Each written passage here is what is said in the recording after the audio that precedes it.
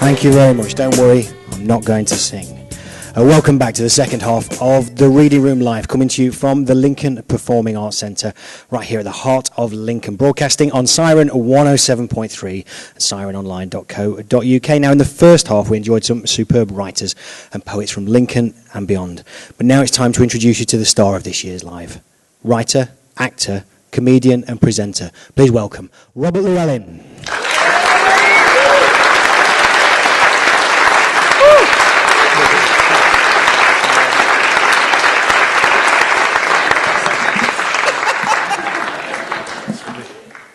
Thank you, there we go. That's very good. Good position. Jolly good. So I need to bring that like there.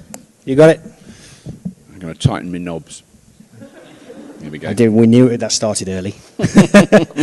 Okay, now, we'll talk to the new book in a little while, but I think it's fair to say that most people would recognise you most as the mechanoid from Red Dwarf. So we'll go straight to a Twitter question from Mr. Oblivious. Is Mr. Oblivious in tonight? No. Okay, I'd like to know if the rumours of the Red Dwarf return are true. Well, yeah, as we can see from the wonderful picture behind us, they are true. We just, in fact, only a couple of weeks ago, finished the very last final day's recording, which was a lot of all the bits that we didn't do. But we finished most of it in February. It is broadcast on Dave in the UK in the end of September, early October. We're not sure of an exact date yet, and there's 6 new episodes with the original cast and recorded in front of an audience. So very traditional, as the audience that saw it classified it, classic Red Dwarf. I see. So are there any fears about coming back together? You know, it's been a little while now. You had the A little while, it's been a long time. So are there any fears? Do you have any? I mean, obviously, if people absolutely hate it, it would be very depressing. But we got to kind of, and I think we were nervous. Certainly, the first night we recorded it in front of the audience, I was very anxious and nervous, mainly because I couldn't remember anything. I knew I had some sort of scene to do where I walked on with a rubber head on, and once your head's at the temperature that your head gets to when you've got that mask on, it's very difficult to remember even why you're breathing.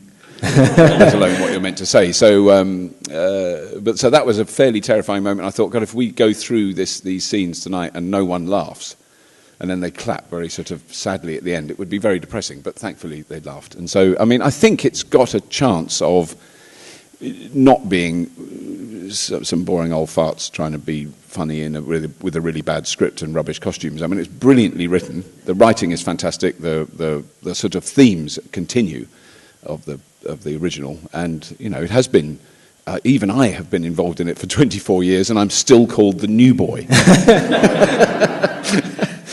So I mean, your relationship with the other main characters, Danny and Craig, and we've got a Twitter question from Danny, John Jules. Why are you such a git? That just shows how close we were. Well, I mean, it's the camaraderie. I don't know why I'm such a git, Dan. I don't know. I just was born that way. Can't help it. Don't be gittist.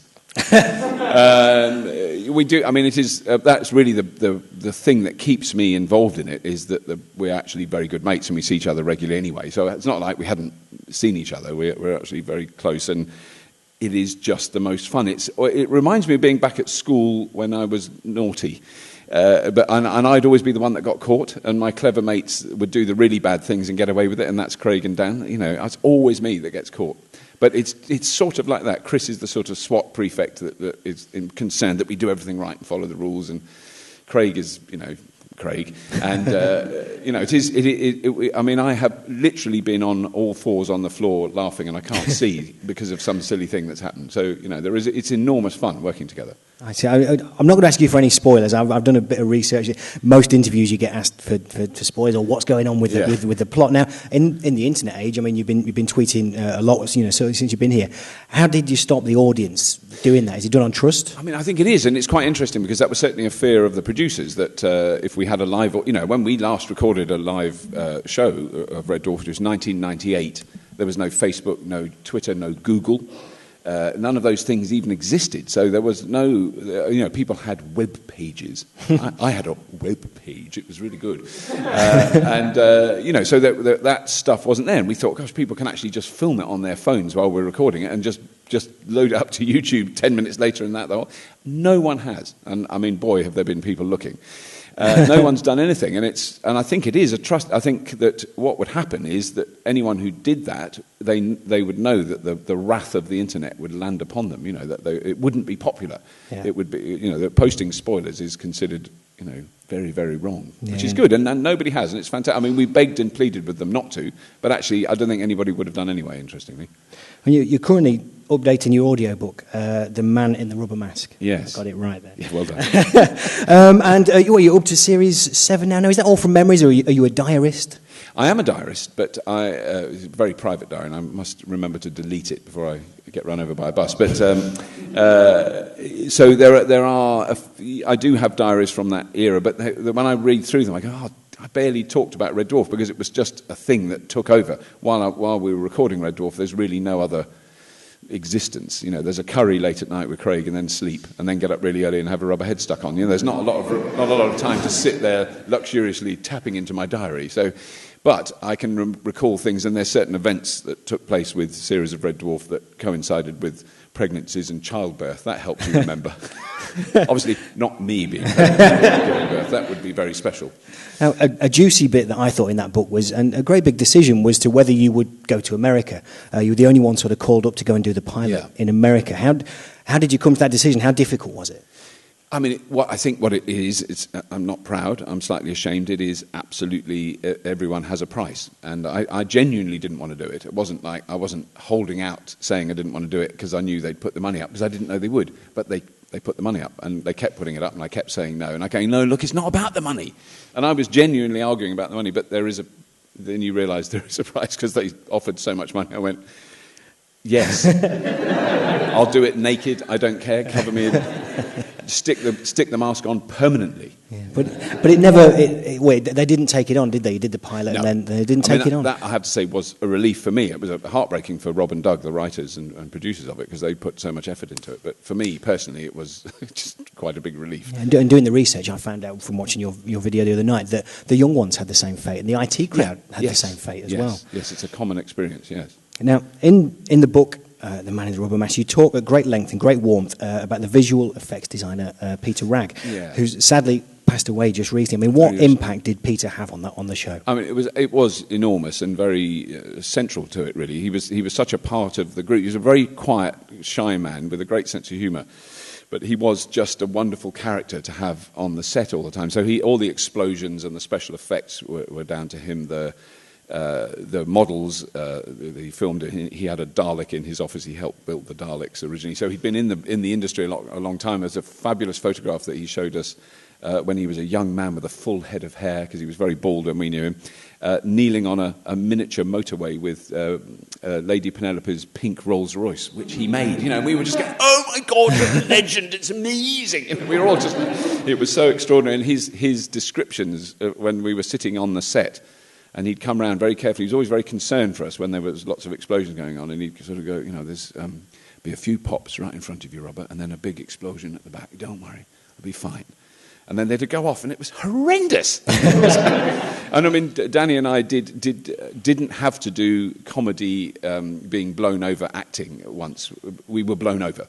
There was nothing you could do. You couldn't stop yourself. You didn't have to do sort of cod falling. We were absolutely blown across the set. They used compressed air cannons full of cork dust and bits of plastic and stuff. And it looks amazing, but it does hurt. It is technically an explosion. For this series as well, there's been a big thing on the forums and the fan sites certainly about going back to making the models and of the visual effects, and using that more back, like you say, to the harder core, the previous series. Now, let's talk about the head. You've mentioned it a couple of times there, the Crichton head. I mean, it's got better over the years, hasn't it? That is so tragic at that scale. That's just, don't look, just shut your eyes, everybody.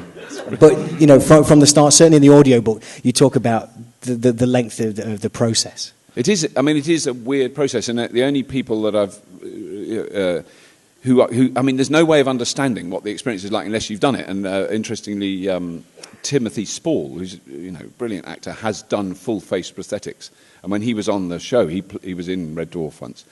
He was amazing to talk to because he really knew and his prosthetics were much worse. He had a pig face on, And the only way he could drink when he had it on was if someone else fed a straw through his pig snout into his mouth. I mean, it must have been just horrendous.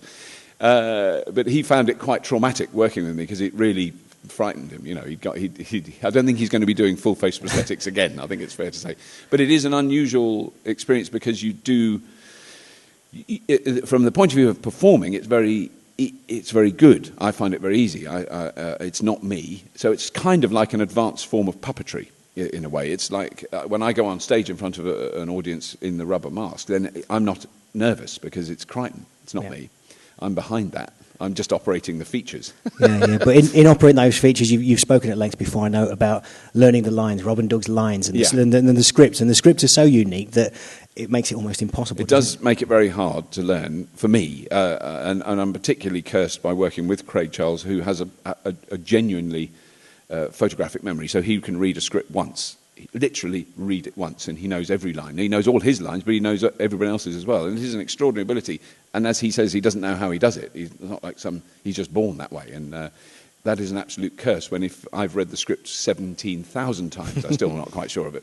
But in the new series of Red Dwarf, I do a couple of big long speeches in one take, and I'm really proud. But I had worn a small circle in my kitchen as I walked around going. But the outtakes, the smeg outs, or those videos, I mean, they're hugely popular, aren't they? You know, it's always nice to see sort of behind the scenes. Yeah. Now, you've written and performed your own work up until joining Red Dwarf. Was there ever any sort of frustration then at them becoming greatly recognised for performing other people's lines? Oh, no, not at all, no. I mean, it was actually always I felt hugely privileged to be given that opportunity. It was an amazing job. And I think if I thought that Rob and Doug's writing was a bit ropey and a bit rubbish, then that might have meant that eventually I got, I didn't want to do it anymore. But I mean, every time I read one of their scripts, I'm in awe. You know, they are extraordinary. They have such brilliant ideas. They both have a scientific background, interestingly. That's what they studied at university, and that comes through. But their sort of insights into human frailty, I think, are brilliant. And the cruel thing, but the brilliant thing about the scripts is they're very original. They're very original language they use. So it's which makes it hard to learn in a sense. And I've done sort of other acting jobs with other people's writing, and I go, oh, blimey, I learnt that really easily, because it's sort of essentially using common phraseology and cliches, and and you got those hooks straight away. You can learn it, but their scripts are murder. But I mean, that's what it's really the combination of the camaraderie of the crew, of the cast in the show, and the writing is what's kept me, always keen to do it. Yeah, and then you sort of move from there.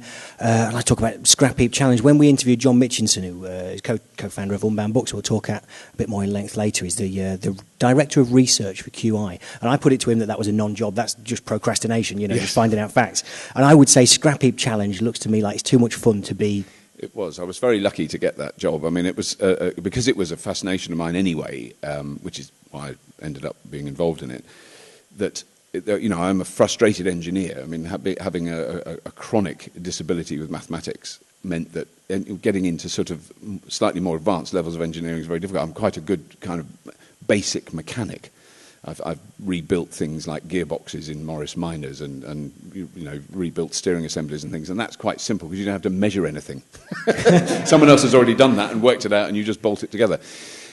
So I've always been fascinated by that. My obsession as a child was Meccano, and I would build, really quite complicated machines. When I think back now, I would build quite complex stuff. So I was fascinated by that. So getting that chance to then see really clever engineers. I mean, some of the people we've had on Scrap Heap are barking mad and have unusual facial hair and some really disturbing body piercings, but a lot of them are just the most extraordinary and I mean really talented people that just have the most incredible mind, the way they think through a problem. So I mean, it was endlessly fascinating. I mean, I did it for 10 years as well, which is very unusual in TV land to do a show that lasts that long.